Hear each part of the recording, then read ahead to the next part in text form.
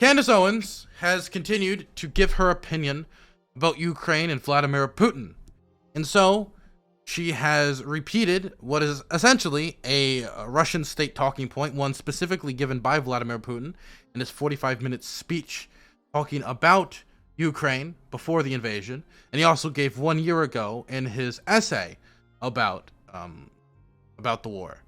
I hear a lot of people who are very pro-Putin that'll point to this speech and this essay and will say people should go read them, go read the speech or listen to the speech or read the essay. And I actually agree with them that people should. And the reason why people should is because the speech is terrible. It's boring. It has zero charisma. It misrepresents a lot. And you can honestly just look up Putin's speech fact check. And you can listen to the speech while looking at this information and see what he is saying. Many of it is unsubstantiated by the truth, or he's giving half-truths, or he's doing kind of a crooked form of historiography by leaving out certain types of important information, like, for example, the Budapest Memorandum. Anyway, I want to talk about her statement on Ukraine, because she stated that Ukraine wasn't a thing until 1989. Ukraine was created by the Russians. Let's listen to her. We've got some mean tweets that I haven't seen yet, so we're going to read some of them. This is going to be fun. Oh, someone said to me... Let's listen to what she said first. She said, "Am I the only person who has considered how the pulling out of Afghanistan started a war with Russia are related from an energy policy perspective? Is there anyone else paying attention to the lockstep messaging on elect?" This is just nonsense, by the way. There's nothing related between these two things. People are like, well, Biden showed weakness, etc., etc. Trump started the withdrawal process. Biden finished the withdrawal process. He was the first president after multiple administrations who actually had the balls to get us out of the country. That's something that deserves praise. The invasion of Ukraine and the pull out of Afghanistan have nothing to do with each other. People are just trying to make it seem like the whole world is this interconnected strategy board, and if America does one thing over here, it's going to cause an invasion over here, going to cause this. They're trying to look for correlation when there's no causation. Okay, I guess this is in response to a tweet where I said, "I'm the only person who has considered how pulling out of Afghanistan and starting a war with Russia are related from an energy policy perspective." And Anthony said, "Hey, McFly, we didn't start a war with Russia. Putin didn't even start a war. He started a genocidal colonization. Where are you? Ukraine is defending itself and the rest of the world from an authoritarian..." Also, starting a war with Russia, that I didn't even notice that. Like, the idea that we started the war even though he is the one who invaded Ukraine. Very strange. Regime, and all you can think about is fossil fuel profitability. Wow, a genocidal colonization is interesting. Again, going back to my point of people being stupid, he's not trying to commit a genocide of the Ukrainians. That obviously makes no sense, because there is no difference ethnically from Ukrainians and Russians. Obviously, Ukraine wasn't a thing until 1989. That's the problem. Okay, number one, what's with the Bill Cosby sweater, okay? The only thing that was started in 1989 was that sweater. That's the first thing, okay? Sassy gay side talking. Second thing, okay? The problem with the genocidal colonization word, okay? The problem with the idea that Putin is committing a genocide isn't what that person or you had to say. Like, there's nothing. You could actually make the argument that Putin isn't committing a genocide. He's butchering Ukraine. He's killing a lot of civilians. But you could make the argument that he isn't committing a genocide very easily. But not the way she's making the argument, because you do not have to have different ethnic backgrounds in order to genocide a people. You can genocide a culture. This is the argument people make about Xinjiang all the time. You can genocide people from different tribes, right? Hutu, Tutsi, like, that's a whole different thing, right? You can genocide people of similar backgrounds ethnically, right? Genocides are not just based upon ethnic background. You could genocide a people looking to target their culture. So Putin 100% could genocide Ukrainians trying to target Ukrainian culture to expand for example, the Russian-speaking ethnic portion of Ukraine and shrink the Ukrainian portion. Like, he could technically do that. So the problem with the idea of genocide here has nothing to do with what she just said, okay? She could have made this argument much easier. She could have said, well, the International Court of Justice has not said this, or, you know, the Secretary General of the United Nations, she could have made a much easier argument. For example, Putin actually alleges that the Ukrainian government is genociding Russians. And the Secretary General for the United Nations has rebuked this claim, saying there is no genocide going on in Ukraine. And the International Court of Justice just came out with a report also saying that the claim that the Ukrainian government is genociding ethnic Russians is also false. Okay? So, again, don't know why she made that argument there.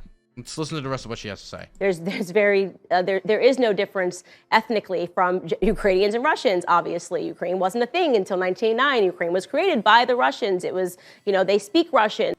Okay, number one, Ukraine wasn't created until 1989. The Russians created Ukraine. This is the most reductionist argument I've probably heard about Ukraine generally. So the problem is, right, and this is literally just a Vladimir Putin talking point, what she's saying. She's literally taking the words right out of Vladimir Putin's mouth. You could say that the modern state of Ukraine, right, that currently exists, was created after the fall of the Soviet Union. Yes, but this isn't the first time Ukraine has existed as a state. During World War I, actually, right after it, there was a small existence of a Ukrainian state. There have been other empires that Ukraine has existed as an essential part of that state, but Ukraine, the Ukrainian people, the Ukrainian language, Ukraine as a concept has existed for hundreds upon hundreds upon hundreds of years, and that's why we've seen rebellions, that's why we've seen Cossacks fighting the Russians, that's why we've seen activists fighting for an independent Ukraine, that's why there's been a history of, for example, Ukrainian nationalism. During the Second World War, there were Ukrainian nationalists fighting for an independent Ukraine. That's where you see a lot of this red and black flag stuff come from. That's a totally different conversation, though. Ukraine as a concept, right, has existed for hundreds upon hundreds upon hundreds of years. Kiev existed long before Moscow, in fact. I believe the Ukrainian government actually tweeted out a meme in reference to that. Geek, if you could put that on screen right now, I would appreciate it. So, it would be like if, here's a great comparison. This would be like if I said, really? Ireland was created in 1937 when the British let it become independent. That ignores hundreds upon hundreds upon hundreds of years of Irish culture developing, the Irish language, the Irish resistance movements and rebellions, or the existence of different Irish tribes and all. It ignores distinctly Irish history. So in this conversation about Ukrainian history, she basically ignores the entirety of, well, Ukrainian history and sees it through a Russian-centric lens, specifically repeating Vladimir Putin's talking points. And listen to this last part. Ukraine was created by the Russians. It was, you know, they speak Russian, so it's absolutely ridiculous. They speak Russian. Yeah, some Ukrainians speak Russian because there's a lot of overlap between Russians and Ukrainians, right? For example, in the Donbass region, Donetsk, Luhansk, Crimea, Kharkiv is a city where there's a lot of Russian speakers. A lot of Ukrainians speak Ukrainian and Russian because that's the thing. She leaves this out. Ukrainian is its own language. There is a Ukrainian language, which suggests that unless the Ukrainian language popped out of existence out of nowhere in 1989, there has been a Ukraine before and a distinct Ukrainian identity and culture. Like there's Americans who speak, somebody said, lol, Americans speak Mexican too. No, Americans speak Spanish too. I like the attempt though from chat on that one. And again, this entire episode has been exposing to you how ignorant people are about the goals of Vladimir Putin. He has goals. Well, she is not ignorant of it because she just repeated his talking points. The goal is not to just get rid of Ukrainians. That makes entirely no sense. It would not be helpful for him. So I would just encourage that guy to get a little more educated.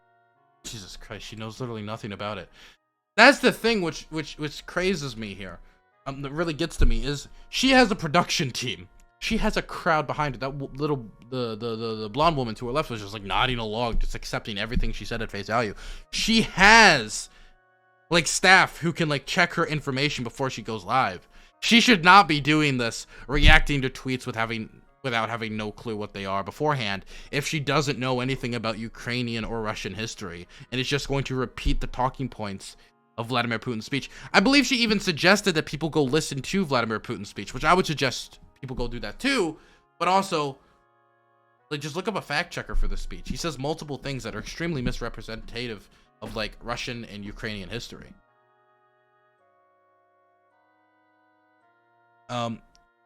Also, chat is not on screen. Of course, I don't trust chat to be on screen.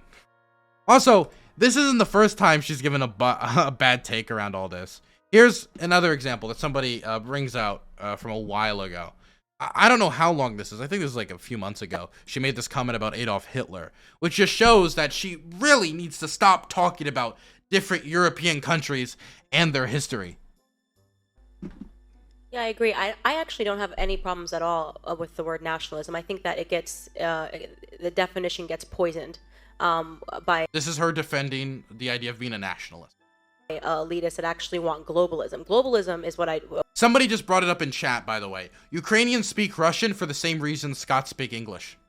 Like a perfect. Could you imagine if Scotland became independent tomorrow and someone was like, well, Scotland was just created? Historically reductionist. what I don't want. So when you think about, whenever we say nationalism, the first thing people think about, at least in America, is Hitler. You know, he was a national. Wait, hey, look, there it is. Is that, oh, I thought that was Steve Bannon on the left. No, that is not Steve Bannon. I don't know who that is, man. Oh my God, looks like a background character for Fear and Loathing. At least in America, is Hitler. You know, he was a National Socialist, but if Hitler just wanted to make Germany great and have things run well, okay, fine. The problem is that he had dreams outside of Germany. He wanted to globalize. He wanted everybody to be German, everybody to be speaking German, everybody to look a different way. That's not, to me, that's not nationalism. So the thing that is interesting about what she says here is she says the problem with Hitler. Well, we'll let her finish her statement first. In thinking about how it could go bad down the line, I don't really have an issue with nationalism. I really don't. I think that it's okay. It's important to retain your country's identity and to make sure that what's happening here, which I think is incredibly worrisome in terms of the decrease in the birth rate that we're seeing in the UK, is what you kind of want to avoid. So I don't have anything I have no problems with nationalism. It's okay. So the thing that's interesting about what she's saying right now is that she says the problem with Hitler was not the nationalism. It was that everything, if he just wanted to make Hitler great, Germany great, that's fine. It's the stuff outside the borders of Germany. One problem. What about the Holocaust within Germany's borders and the killing and extermination and expulsion of Jews?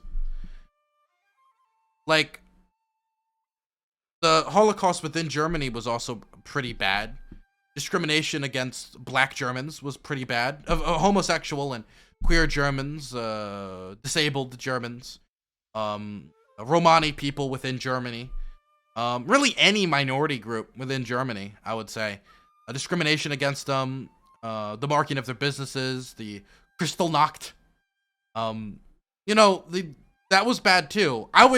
Just like Marjorie Taylor Greene had to go to the Holocaust Museum in order to learn why comparing COVID vaccinations and masking to the Holocaust is bad. I think maybe Candance Owens should go to the Holocaust Museum to learn about why Hitler was a bad guy in Germany too. Because the Holocaust being limited only to Germany would still be absolutely horrific. My goodness. 1 second. I want to look something up quick. Okay, so I also want to say something. This is like just a quick Google search. Like, found this out. It looks like multiple Russian Tsars, like for example, Alexander II, also like tried to ban the use of the Ukrainian language in print, for example, with like only certain exceptions. And there have been, while Russia has controlled Ukraine, multiple attempts to stamp out the Ukrainian language because they, saw the Ukrainians as, let's just say, rowdy and rebellious in nature, right? I don't know too much about the history of the Soviet Union when it comes to the history of Ukraine, but I mean, of course, there is the debate surrounding the Holodomor. I mean, the history of Russia's relationship with Ukraine is, in many ways, an abusive one, to say the least. So again, when they talk about, like, the Russian language in comparison to the Ukrainian language, a lot of this ignores a lot of what Russia has done to Ukrainian language when it comes to the banning of the Ukrainian language in print and the controlling of the Ukrainian language. It's the same thing when you talk to, for example, Turkish nationalists and they talk about Kurdish people. Like, oh no, Kurdish people have it fine in Turkey. And you ignore the erasing of, like, Kurdish culture, calling them mountain Turks, or the banning of Kurdish language, Kurdish song and dance, etc. Right? Just Kurdish culture. It ignores a lot of the history there.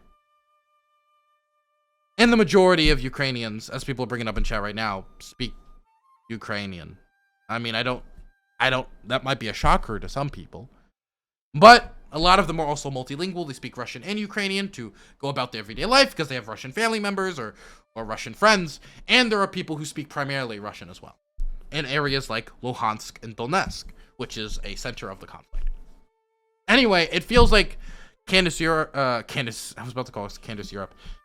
Owens should probably stop talking about conflicts or history she doesn't know a lot about, because she continues to do that, and leaving out vital information can give people a very warped view of the conflict, like, for example, saying that Ukraine was created in 1989. Very silly. I also have never heard her bring up the Budapest Memorandum and other things that are vital to understanding modern Ukrainian history. Anyway, that's enough of that. So she's been retreated by the Russian embassy in the United States. Russian lives matter. Really? I mean, I agree that you shouldn't discriminate against Russians, but Russian lives matter? Really? Oh my God.